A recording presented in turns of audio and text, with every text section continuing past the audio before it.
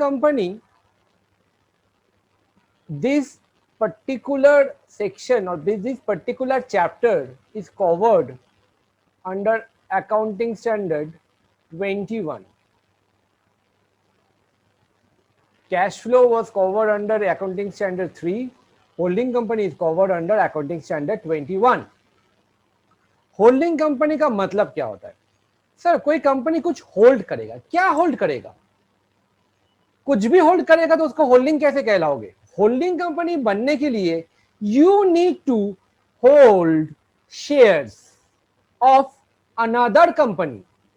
जिस कंपनी का share hold करोगे आपको, मतलब अगर आप कोई कंपनी का शेयर होल्ड करते हो तो आपको बोला जाता है होल्डिंग कंपनी. अब ये आता है question, sir I have a company of my own. हम एक कंपनी का मैनेजिंग डायरेक्टर है, तो हम लोग क्या किया, दूसरा कंपनी का कुछ से 1000 शेयर खरीदे, then we will be regarded as holding company? No. Holding company के लिए you need to hold at least some specified number of shares और specified percentage of share holding होना चाहिए आपका दूसरा कंपनी का, then only you will be regarded as holding company. Holding company को दूसरा नाम भी बोला जाता है पेरेंट कंपनी. क्या बोलता है? Parent company. और जिस कंपनी का आप शेयर होल्ड करते हो उसको बोला जाता है subsidiary company. Now the question comes, sir how many share, sir कितना शेयर होल्ड करना पड़ेगा? एक शेयर होल्ड करने से होल्डिंग हो जाएगा? नो. यू शुड होल्ड एटलीस्ट 51% शेयर्स और मोर. समझ में आया बात को? मतलब आपका मेजोरिटी या उससे ज्यादा का शेयर होल्डिंग हो जाएगा दूसरा कंपनी का. That is why it is known as parent company. मतलब आप उस कंपनी का पूरा कंट्रोल, पूरा पावर आपके अंडर में आ जाता है. सर कैसे? कैसे क्यों? आप सोचो ना, कोई कंपनी का अगर 60% शेयर आपके पास होगा और 40% शेयर मेरे पास होगा, किसका पावर ज्यादा है? आपका पावर ज्यादा है. तो कैसे? कंपनी का जब भी कोई इश्यूज होता है तो कंपनी क्या करता है, मीटिंग में उस इश्यूज को रेज किया जाता है और उसके अगेंस्ट में वोट किया जाता है. वोट में शेयर होल्डर लोग, अगर ज्यादा परसेंटेज ऑफ शेयर होल्डर लोग फेवर में वोट करता है तो वो इश्यूज पास हो जाएगा. अगर अगेंस्ट में करेगा, रिजेक्ट करेगा, तो वो इश्यू या वो बिल फेल हो जाएगा. तो अगर आपके पास 60% शेयर है तो आप जो चाहोगे वही कर पाओगे, because you have the authority, you have the control, majority control आपके पास आ जाता है. तो therefore you will be known as a parent company और होल्डिंग कंपनी. Got it? ये हो गया एक way of becoming a holding company. There is also another technique of becoming a holding company. तो वो क्या होता है? से एस लिमिटेड इस कंपनी का टोटल बोर्ड ऑफ डायरेक्टर्स में 10 डायरेक्टर्स है.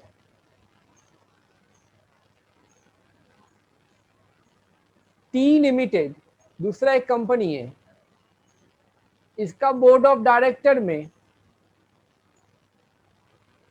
से 8 डायरेक्टर्स है.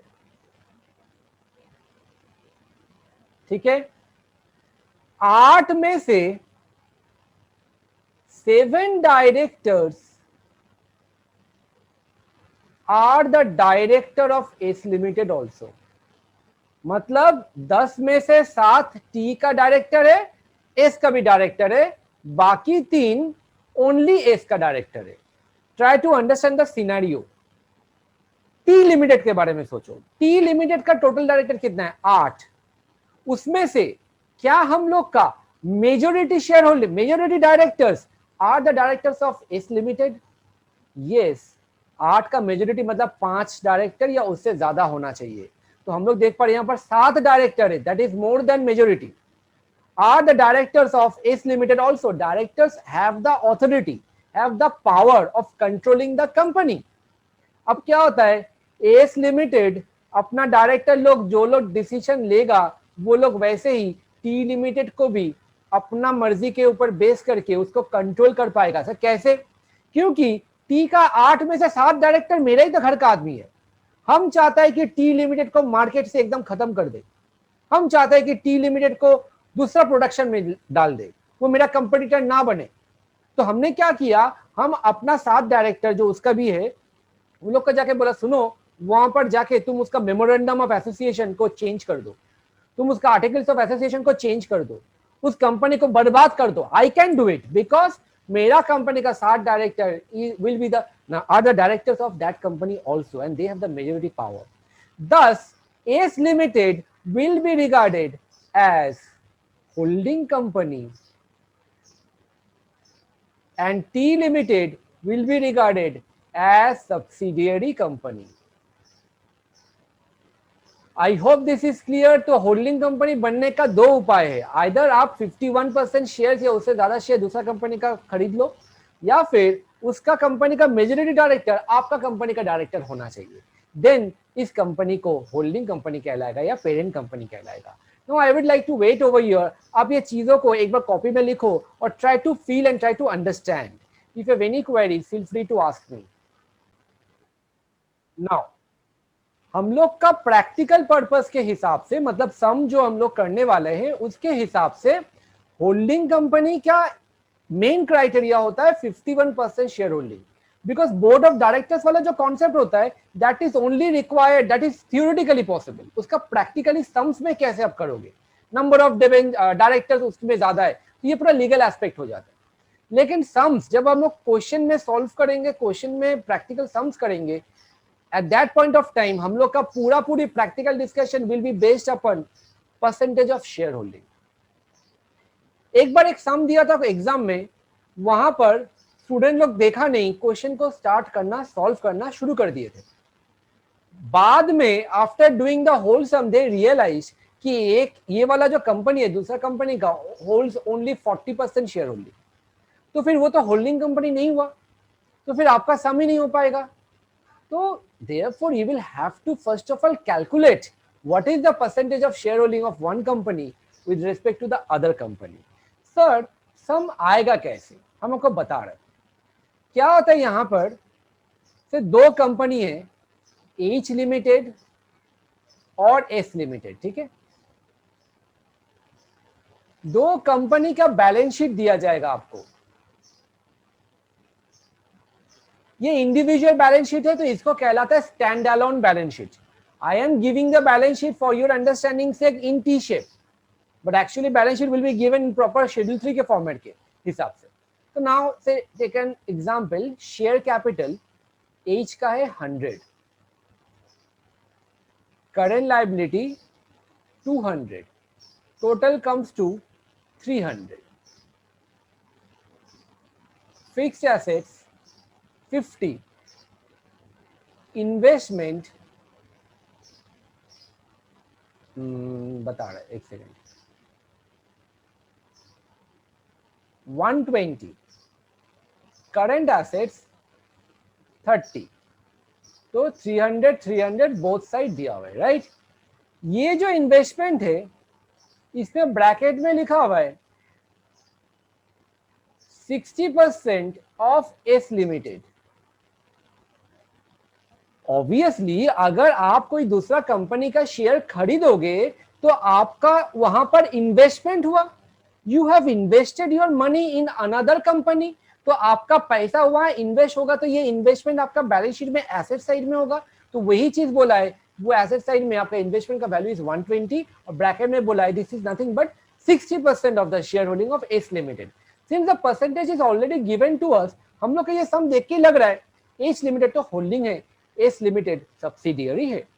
चलिए देखते हैं और क्या दिया जाएगा। इसका भी शेयर कैपिटल दिया हुआ है 200, इसका करेंट लायबिलिटी 400, इसका फिक्स्ड एसेट्स 500, इसका current assets 100, both side 600 600। Sir ये सॉल्यूशन करना है? No, this is your question.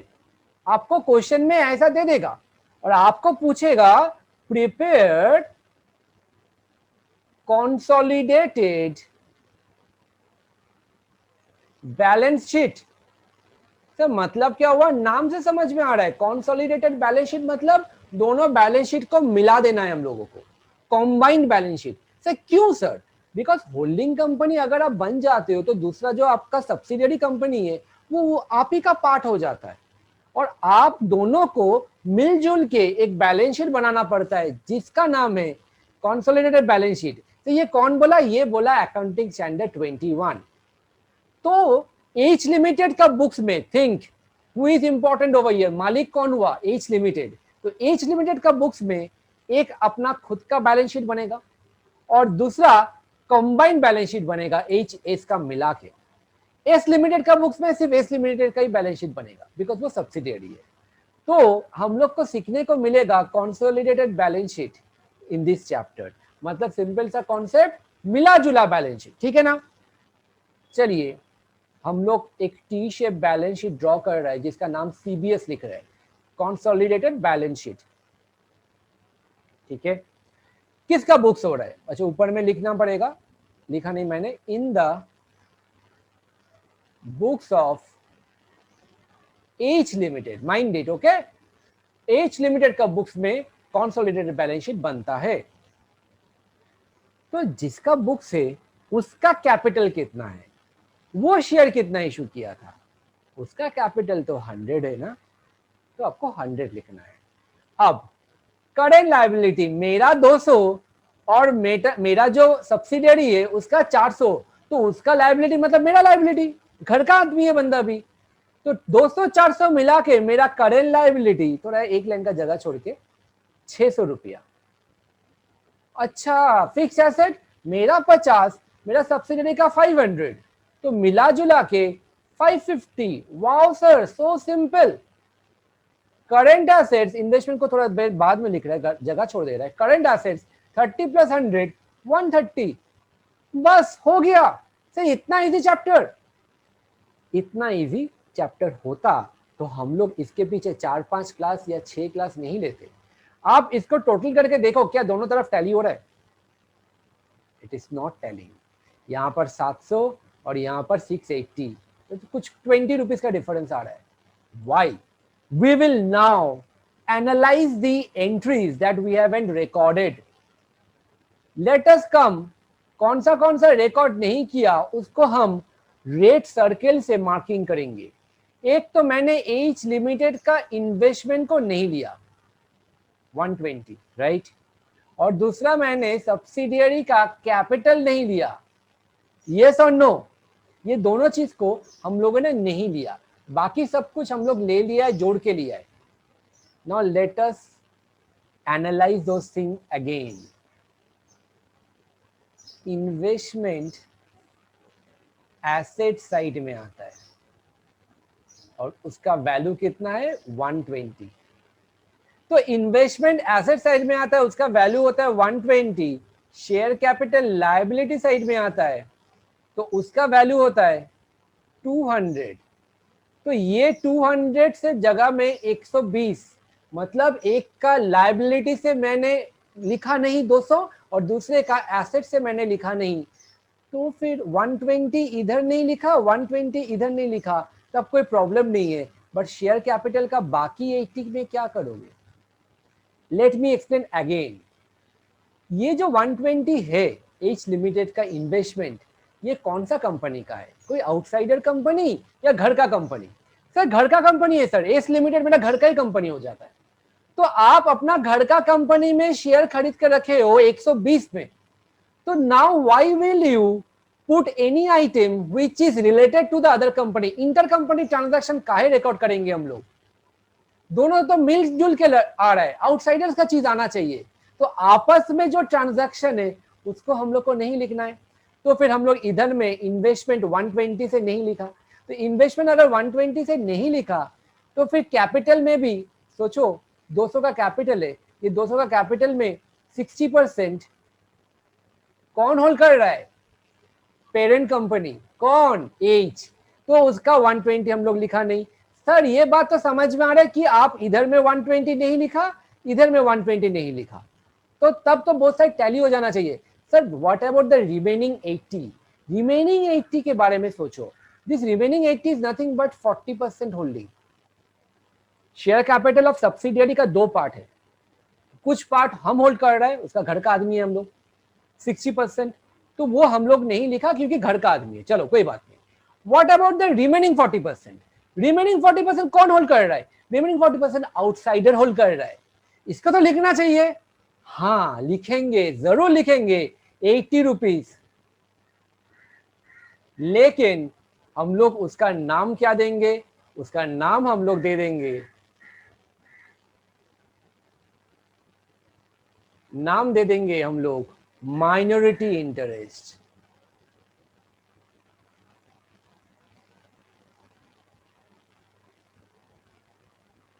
देखो तो कितना आ रहा है।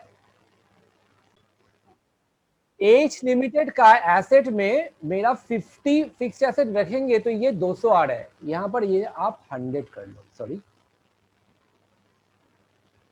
मेक इट 100, 150, तब जाके ये 300 आ रहा है। तो 150 plus 500, your fix asset will be 650 consolidated balance sheet में। Now tell me whether the both sides are getting tallied और नॉट। यस सर, इस तरफ 780 आ रहा है, इस तरफ 780 आ रहा है। So what have we learn till here? एक बार जल्दी से quick revision.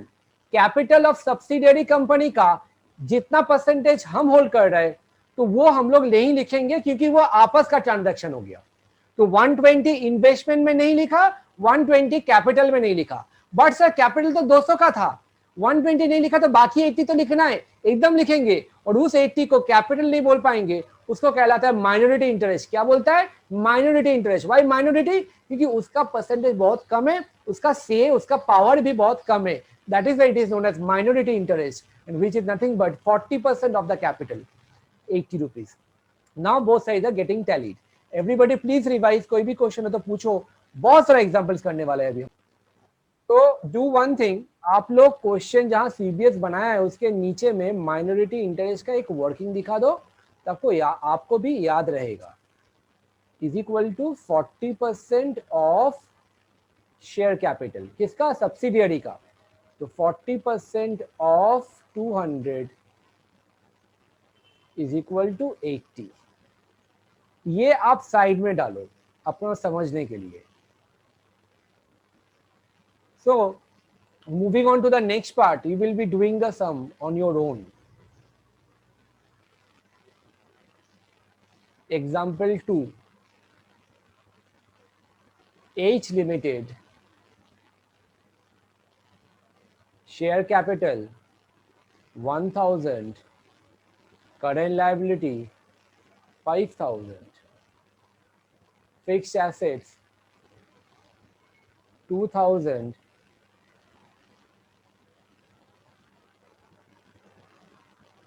investment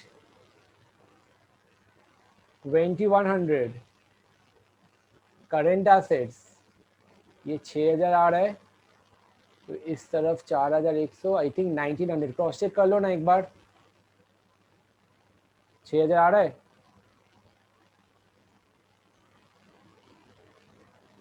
S limited, share capital 3000, current liability 1500, fixed assets 4000, current assets 500, 4500, 4500।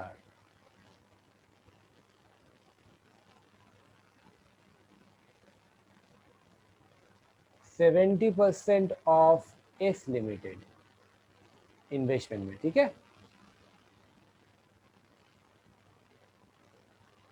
Please prepare consolidated balance sheet. तो हम लोग का consolidated balance sheet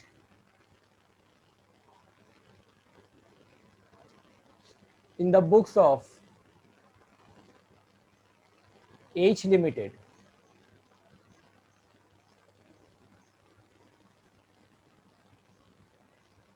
share capital since H का है तो एच का कैपिटल लिखोगे 1000 रुपीज, माइनॉरिटी इंटरेस्ट अभी तक आपको पता चल गया है कि 70% अगर हम लोग होल्ड करेंगे तो बाकी 30% एस का कैपिटल का 3000 तो 900 आ जाता है। करंट लायबिलिटी सिंपली जोड़ देंगे 6500 एंड इस तरफ फिक्स एसेट्स टोटल करके लिख लेंगे 6000 रुपीज। इन्वेस्टमेंट तो आपस का है, नहीं आएगा। Current assets 1900 plus 500 2400। On the asset side, the total is coming to 8400, and on the liability side, 7400 plus 1000, 800, 400, 8400. Both sides are getting tallied. I hope this is clear, everybody. ये एकदम basic sum है आपका concept को समझाने के लिए। अभी आपने माइनॉरिटी इंटरेस्ट सीखा है। Now there is an issue regarding presentation of minority interest.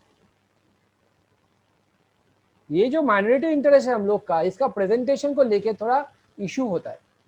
Students लोग, रादर बहुत सारे टीचर लोग, वो लोग को लगता है बैलेंस शीट टैली करना मतलब ही हम लोग का मेन ऑब्जेक्टिव है, सम करेक्ट है, बैलेंस शीट टैली हो गया मतलब सम करेक्ट है। This is not the case whenever accounting standard comes into play, be it cash flow, be it this chapter what you say internal holding company. आपको यहां पर format follow करना है, that has been prescribed by ICAI. Minority interest का placement is a very important issue. 90% students एक mistake minority interest में करता है। Even when I was a student, starting में मेरे को भी ऐसा दिक्कत होता था। क्या करते थे, पूरा बैलेंस शीट वगैरह सब कुछ बना लेते थे। अभी तो ये छोटा बैलेंस शीट है तो आपको मिस्टेक नहीं हो रहा है।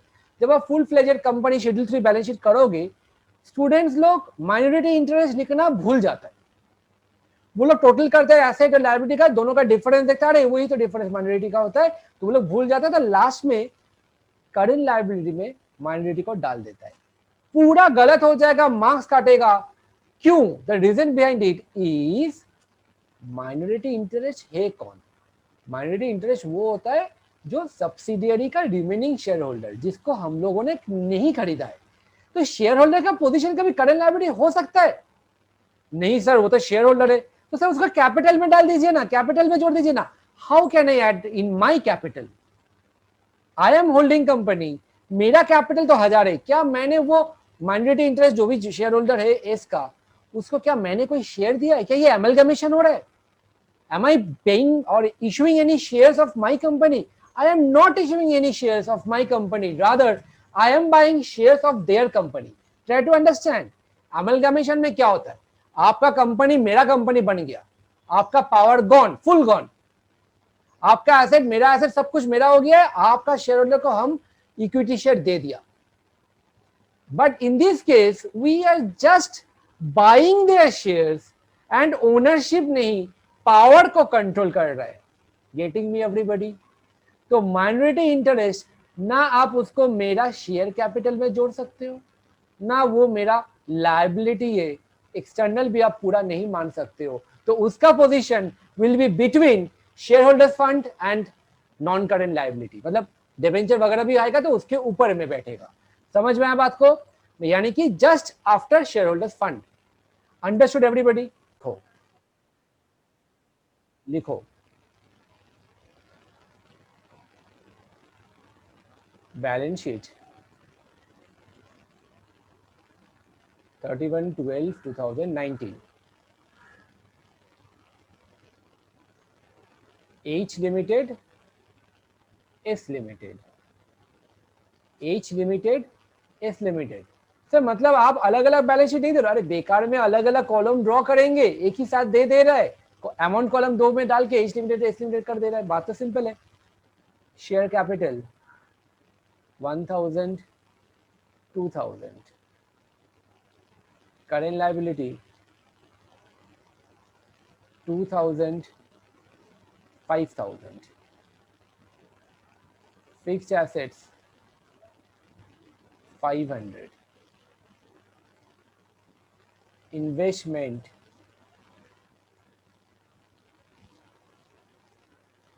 80% of S limited,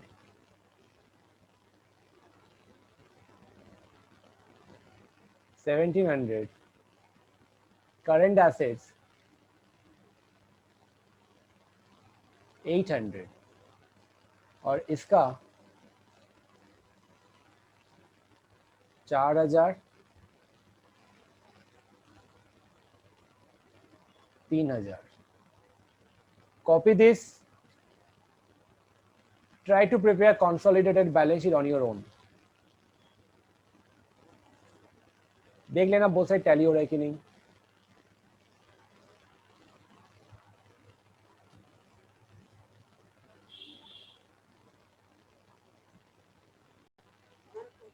In the given sum, we can see 80% share खरीदा गया है. 80% शेयर खरीदा गया है एस लिमिटेड का. एस लिमिटेड का कैपिटल कितना है? 2000 रुपीज. 2000 का 80% आजकल कितना होता है? 1600 रुपीज. 1600 का इन्वेस्टमेंट होना चाहिए. OMG 1700 का इन्वेस्टमेंट हुआ है. यहीं पर डिफरेंस आ जाता है 100 रुपीज का. What does it mean sir? This means इसके पहले हम लोग जितना भी सम किया था, जितना परसेंटेज खरीदना था उतना रुपया में ही खरीदा था, कॉस्ट प्राइस में ही खरीदे थे. But in the given case 2000 का 80% 1600 में खरीदना चाहिए. But we invested 1700, we spend 100 rupees more. ना ये कॉन्सेप्ट तो हम लोग को आता है, अमलगमेशन में भी सीखे थे कि कोई कंपनी का शेयर जितना दाम होता है उससे ज्यादा वैल्यू में अगर आप खरीद रहे हो, यानी कि उस कंपनी के पास क्या है? उस कंपनी के पास गुडविल है. That is the reason why you are willing to pay more than what you should pay. Getting me everybody? तो हम लोग को यहां पर वर्किंग नोट बनाना पड़ेगा. वेरी गुड निधि. तो देयरफॉर हम लोग को एक वर्किंग नोट बनाना पड़ेगा. वर्किंग नोट का नाम हम बाद में लिखेगा, तो वर्किंग नोट का नाम के लिए अंदर जगह छोड़ रहा है एक लाइन का. You just follow me up. Cost of investment, कितना में इन्वेस्ट किया है? 1700 less proportionate cost, sorry proportionate share capital. मतलब कितना कैपिटल का वैल्यू होना चाहिए? 80% ऑफ 2000 रुपीज, 1600. तो 100 rupees you have paid more. This is our goodwill.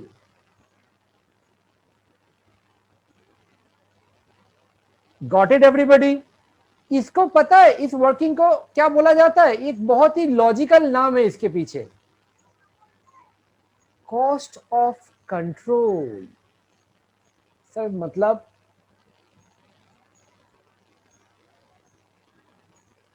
Cost of control का मतलब होता है होल्डिंग सब्सिडियरी का कंट्रोल पाने के लिए कितना खर्चा उठाया.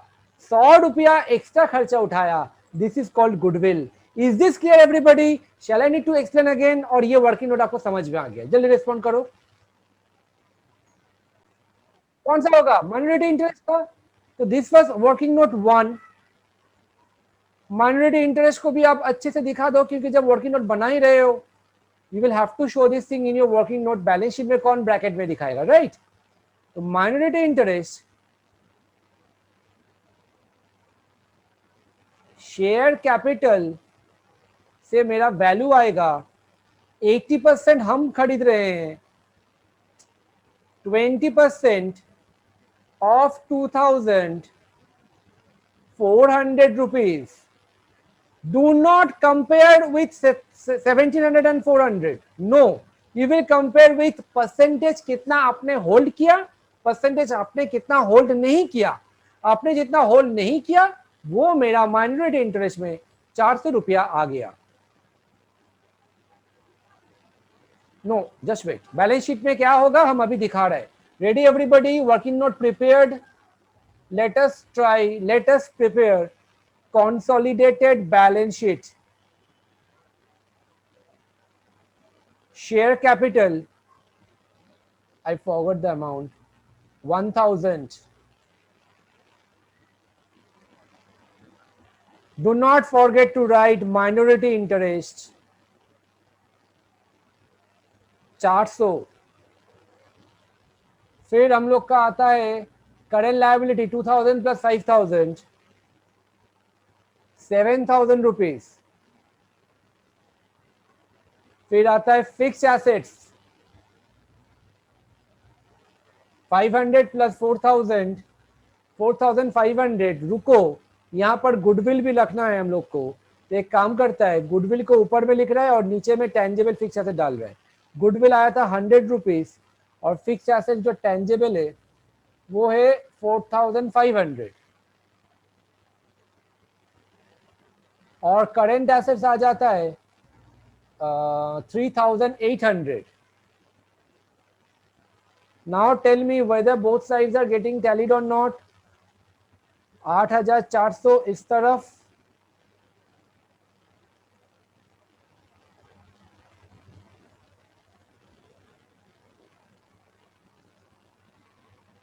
so this makes our balance sheet tally।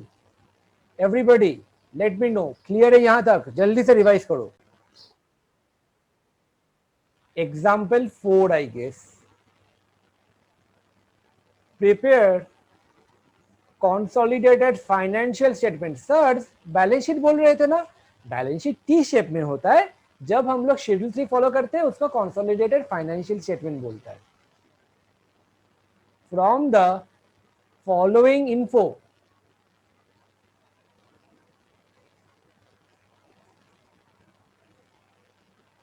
तो यहां पर मेरा बैलेंस शीट दिया जाएगा एज पर शेड्यूल 3 दे रहे हैं हम आपको।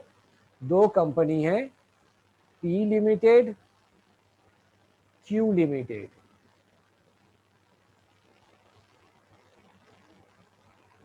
Equity and liabilities, share capital हम उतना तोड़ के नहीं लिख रहे, ठीक है? Share holders fund and all उतना तोड़ के नहीं लिख रहे हैं।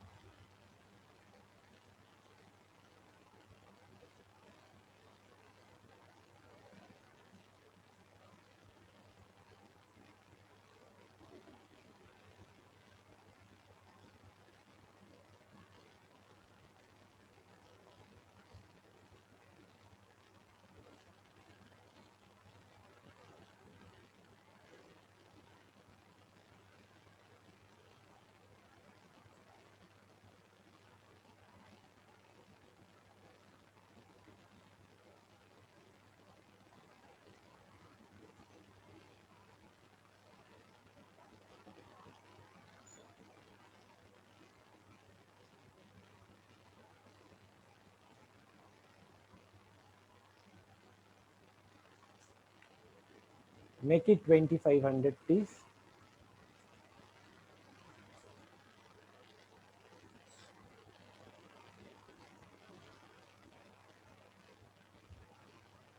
क्या ये 10,000 आ रहा है? पी लिमिटेड का एसेट लायबिलिटी सेम सेम आ रहा है, देख लेना।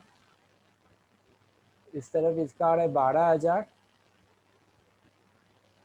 4,000 इन्वेस्टमेंट इसका नहीं है और इसका 8,000, 12,000 आ जाता है। Please try to do consolidated financial statement with working note. First of all we will start with our working note. Number 1, cost of control।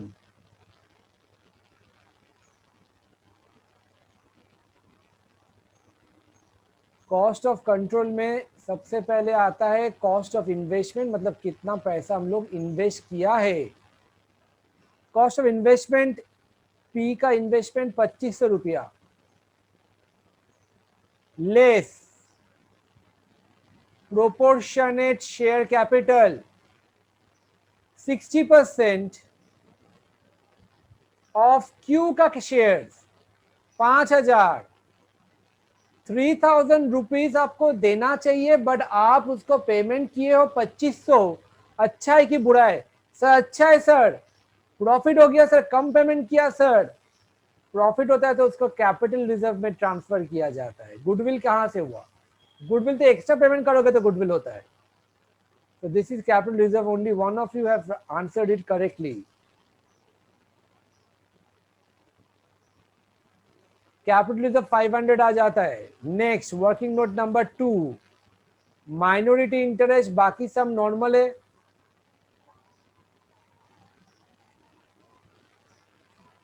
Sorry 40% होगा. 40% ऑफ 5,000, 2,000 रुपया. ठीक है. अब हम लोग बनाएंगे कंसोलिडेटेड फाइनेंशियल स्टेटमेंट.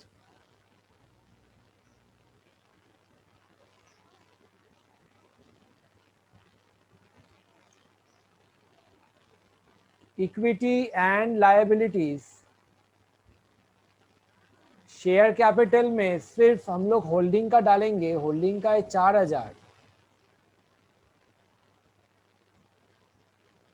फिर कैपिटल रिजर्व आ जाएगा. रिजर्व एंड सरप्लस में ही आता है, तो वो ऊपर में आता है कैपिटल रिजर्व 500 रुपीज. फिर आता है मेरा माइनॉरिटी इंटरेस्ट.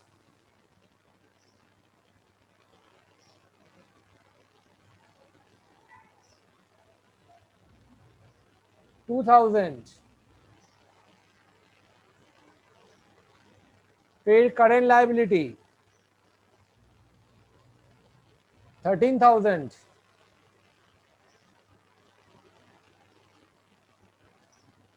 फिर एसेट्स,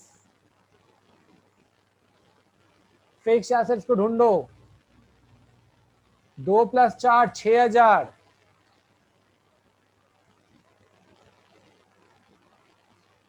गॉट इट. उसके बाद इन्वेस्टमेंट तो आपस का कंपनी का है. Inter company transaction, it will not be recorded because the balance sheet itself is a merged one. Current assets 5,500 + 8,000 13,500.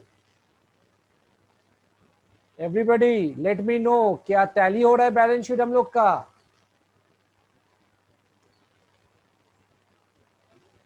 4 6 19,500. By God's grace, balance sheet is getting tallied. Understood everybody the concept behind? Do. इस सम में mistakes क्या क्या हो सकता है उसको एक बार हम लोग देख लेते हैं. सबसे पहला मिस्टेक हो सकता है while calculating proportionate share capital. ये जो 60% ऑफ क्या है 5,000 है. स्टूडेंट्स पता नहीं क्यों यहाँ पर 4,000 के ऊपर 60% कर देगा, मतलब होल्डिंग कंपनी का कैपिटल ले लेगा. नो, होल्डिंग कंपनी का कैपिटल तो पूरा लिखना हमको बैलेंस शीट में. हमको तकलीफ, हमको दिक्कत हो रहा किसको लेके, सब्सिडियरी का कैपिटल को लेके, उसको हम लोग लिख नहीं रहे. तो नेवर एवर फॉरगेट कि this comes in proportional share capital. Getting me?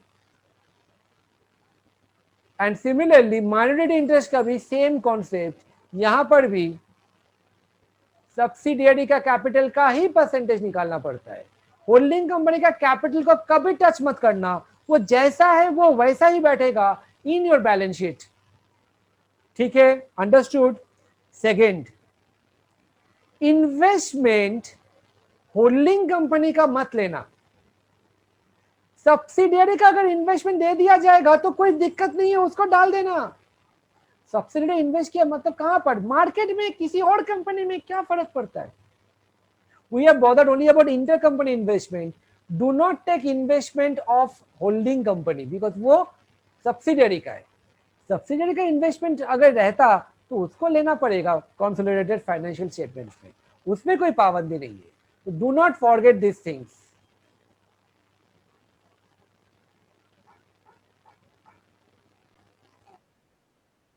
देखो example 5.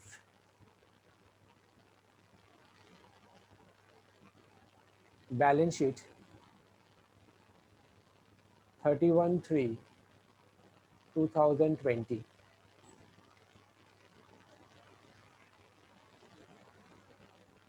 H Limited, S Limited. Share capital 10,000, 6,000.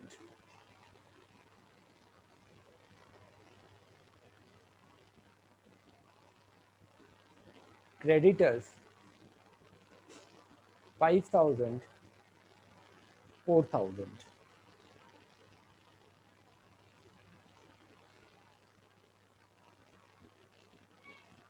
Furniture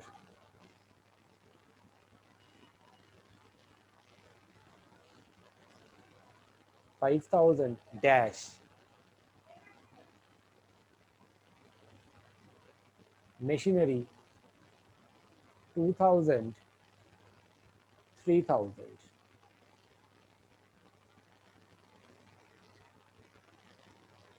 Investment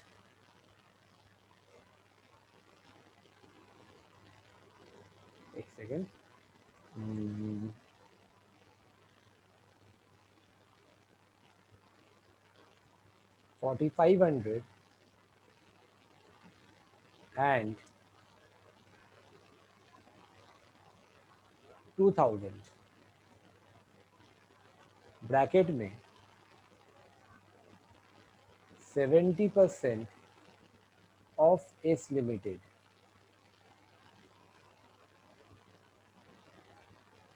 current assets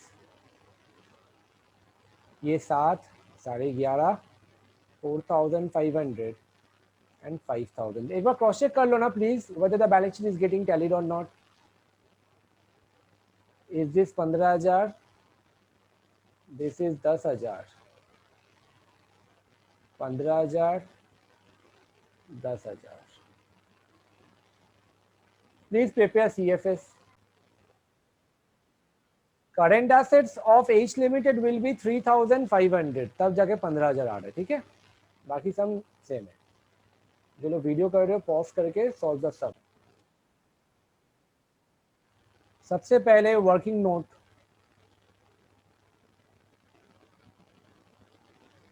cost of control.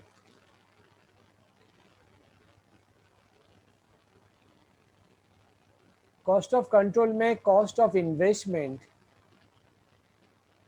सिर्फ होल्डिंग का लेना है 4,500 less proportionate share capital 70% of capital of subsidiary. Subsidiary का capital कितना है 6,000. 4,200. तो 4,200 देना चाहिए था, 4,500 पेमेंट किया, 300 मेरा गुडविल आ जाता है.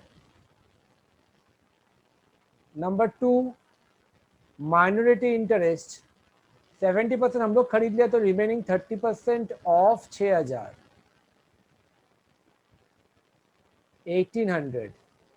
We are done with the working note. Let us now start consolidated financial statement.